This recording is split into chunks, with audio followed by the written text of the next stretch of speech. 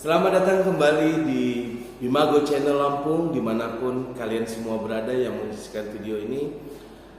Alhamdulillahirrabbilalamin, wabihi nasta'in ala umuri dunia wa din.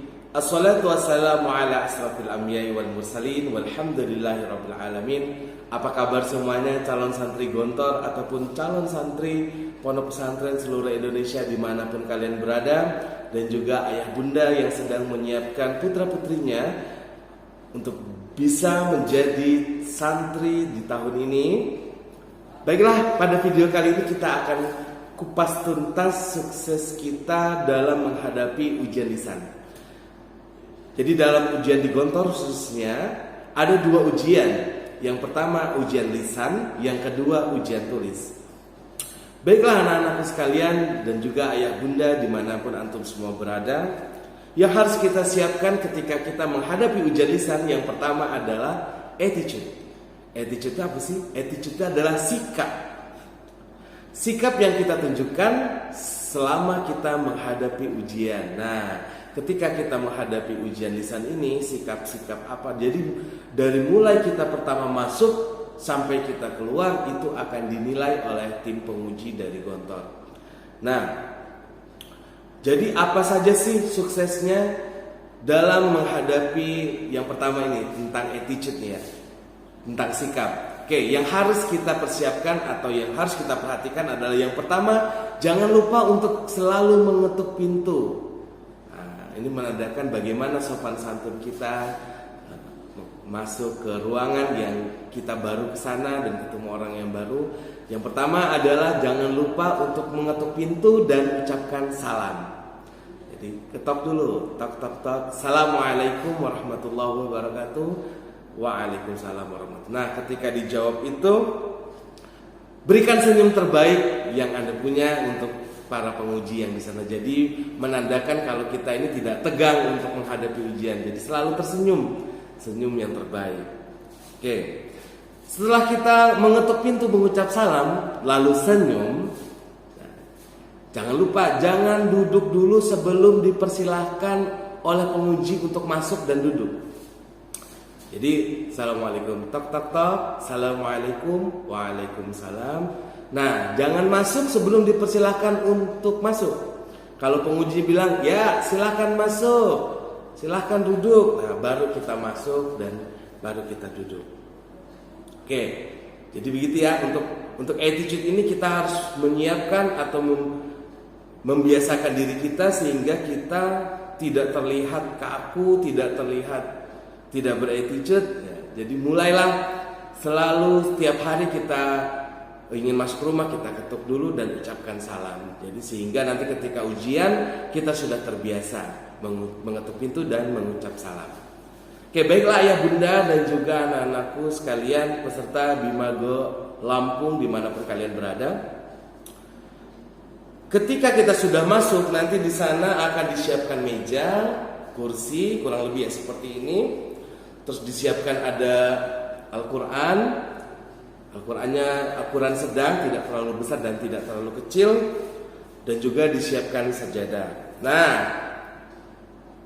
selanjutnya adalah kita harus bagaimana posisi duduk kita. Duduk kita harus siap tegap, posisi tangan mendekap di depan. Tidak boleh kita terlalu sombong misalnya seperti ini, atau tangannya ke bawah memain kuku, pandangan ke sana kemari membayangkan kita ada di mana. Jadi posisikan kita melihat kepada penguji yang menanyakan dan juga tangan berada di depan, duduk tegap, sikap siap untuk menerima pertanyaan. Nah, oke. Yang kedua setelah attitude ini adalah kerapihan. Nah, usahakan baju yang kita pakai adalah baju yang rapi, celananya rapi, berpeci hitam yang rapi, tidak terlalu tinggi atau tidak terlalu kecil, dan tidak ada listnya, renda-rendanya tidak ada, ataupun juga ada logo partai, logo Ormas Muhammadiyah ataupun Nahdlatul Ulama. Jadi usahakan peci yang kita pakai peci yang baik, tidak ada embel-embelnya atau hitam polos seperti yang saya pakai ini. Oke, Oke, jadi yang harus kita siapkan setelah itu adalah kerapihan dan kebersihan baju yang kita pakai. Tidak kusut bajunya, tidak bau.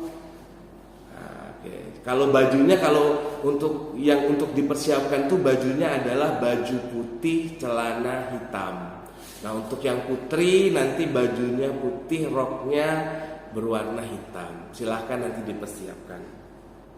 Oke, yang ketiga setelah attitude, yang kedua kerapian kita, yang harus kita siapkan yang ketiga adalah bacaan Al-Qur'annya. Nah nih, bacaan Al-Qur'an. Baca Al-Qur'an itu, Ustaz, apakah harus pakai lagu? Enggak usah. Boleh tidak pakai lagu, tapi kalau bisa silahkan.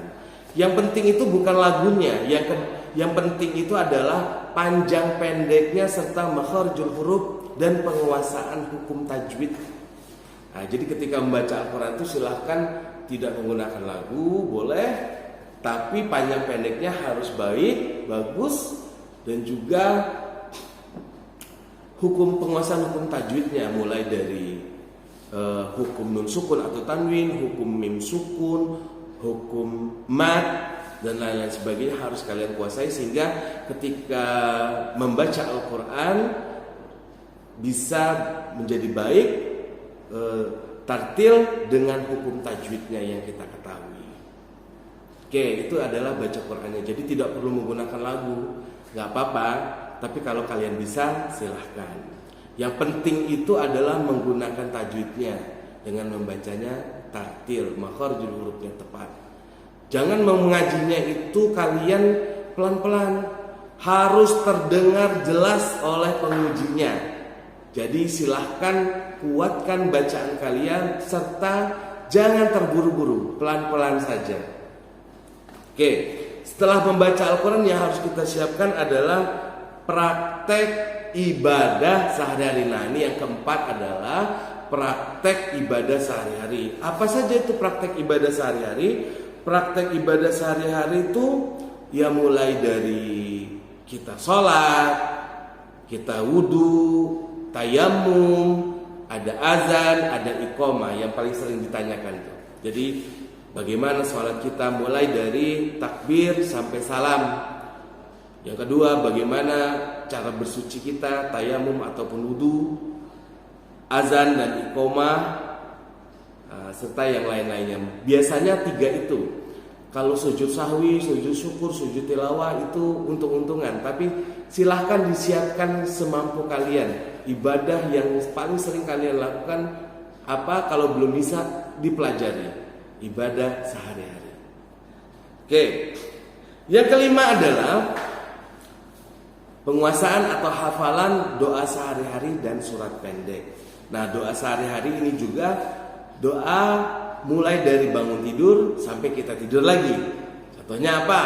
Mau makan, setelah makan, mau tidur, setelah tidur, mau masuk masjid, keluar masjid, masuk kamar mandi, keluar kamar mandi, yang umum-umum saja.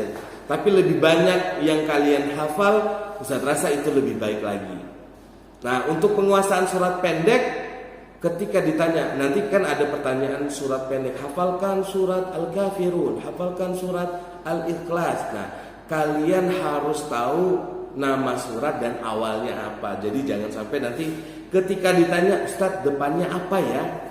Ustadz depannya apa ya? Nah, jadi jangan sampai ada itu. Misalnya, silakan hafalkan surat Al-Lahab. Bismillahirrahmanirrahim. Tabbat yada abi lahabin wa tab, dan seterusnya. Jadi jangan Bismillahirrahmanirrahim. Ustaz, maaf, depannya apa ya?